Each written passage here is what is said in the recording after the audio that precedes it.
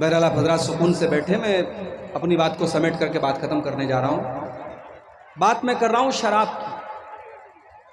آج ہمارے نوجوانوں کو شراب کی لت برباد کر رہی ہے، اور شراب ایک ایسی چیز ہے کہ حضرت عثمان غنی رضی اللہ تعالیٰ عنہ کہا کرتے تھے ان الخمر ام الخبائث، یہ تمام برائیوں کی جڑ ہے شراب۔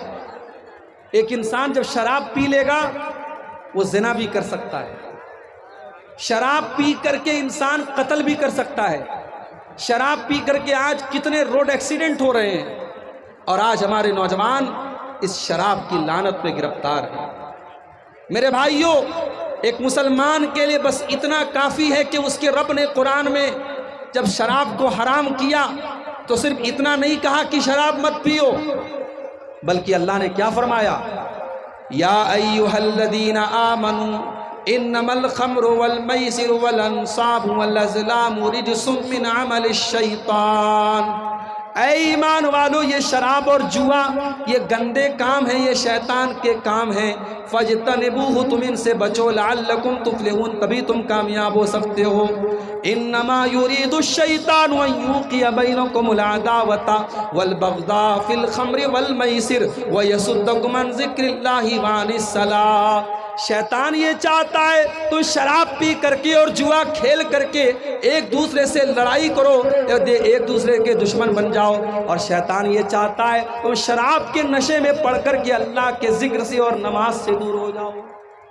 جتنی دیر انسان نشے کی حالت میں رہے گا وہ نماز سے دور رہے گا، اللہ کے ذکر سے دور رہے گا۔ اس لیے میرے نوجوان ساتھیوں، شراب کو ترک کر دو، شراب کو چھوڑ دو، شراب سے اپنے آپ کو بچاؤ، اپنے گھر اور پریوار کو بچاؤ۔ یہ ایسی لت ہے جو آپ کے گھروں کو برباد کر دے گی۔ اور اللہ کے نبی کیا فرماتے ہیں؟ صحیح مسلم کی روایت ہے کہ جو انسان شراب پیے گا، اللہ کا وعدہ ہے، اللہ نے اپنے ذمے وعدہ کر کے رکھا ہے کہ جو شراب پیے گا ان یسقیہ من طینۃ الخبال، اللہ تعالیٰ اس کو جہنمیوں کا پیپ اور مواد پلائے گا، اسے جہنمیوں کا گندا خون پلایا جائے گا، اسے جہنمیوں کا پیپ اور مواد پلایا جائے گا۔ آج شراب کی یہ لعنت بھی، میں ابھی فلائٹ سے آ رہا تھا کاٹمنڈو سے جنک پور کے لیے، تو میرے آس پاس میں دو چار بیوڑے جو ہے شرابی لگ رہا ہے وہ بیٹھے ہوئے تھے، اور شراب کی جو گند ہوتی ہے، جو مہک ہوتی ہے، وہ مجھے پریشان کر رہی تھی۔ جو انسان شراب کی مہک، جو شراب نہیں پیتا ہے اور جو شراب کو حرام سمجھتا ہے، اسے شراب کی مہک بھی برداشت نہیں ہوتی ہے۔ میرے پیارے ساتھیوں، اپنے ایمان کو اتنا مضبوط کرو کہ آپ کے گھر میں اور آپ کے پریوار میں یہ لعنت نہ آئے، اور شراب کی اس لعنت سے اپنے آپ کو اور اپنے گھر والوں کو بچاؤ۔ اور آخری چیز یہی کہوں گا میرے بھائیوں، اللہ نے قرآن کے 28ویں پارے میں ہمیں اور آپ کو یہ پیغام دیا ہے، قُوا أَنفُسَكُمْ وَأَهْلِكُمْ نَارًا۔ اے ایمان والو، اپنے آپ کو اور اپنے گھر والوں کو جہنم کی آگ سے بچاؤ، جس کا ایندھن انسان اور پتھر ہے۔ اگر ہمیں اور آپ کو اپنے گھر پریوار سے محبت ہے، اپنے بیوی بچوں سے محبت ہے، اور ہم ان کی چنتا کرتے ہیں، ان کی فکر کرتے ہیں، تو میرے بھائیوں، انہیں جہنم کی آگ سے بچانے کی بھی ہم فکر کریں۔ اللہ سے دعا کرتے ہیں رب العالمین ہمارے نوجوانوں کی اصلاح فرما دے۔ رب العالمین جن برائیوں کی طرف اشارہ کیا گیا ہے، ان تمام برائیوں سے ہمارے نوجوانوں کی حفاظت فرمائے۔ اللہ ہماری ماؤں بہنوں کی بھی اصلاح فرما دے۔ آج کی یہ پیام امن کانفرنس، اللہ تعالیٰ اس کو حسن و خوبی کے ساتھ انجام تک پہنچانے کی ہم سب کو توفیق عطا فرمائے۔ اللہ ہم سب کو کہنے سننے سے زیادہ عمل کی توفیق دے، آمین۔ وآخر دعوانا الحمدللہ رب العالمین، والسلام علیکم ورحمۃ اللہ وبرکاتہ۔ مغل پائے بھی کہا آپ کی باتوں کی تفصیل مدت تک تصور میں رہے گی، آپ کی تفصیل مدت تک، اور آپ کی حق بیانی، حق بیانی یہ کیسے بھول پائیں گے؟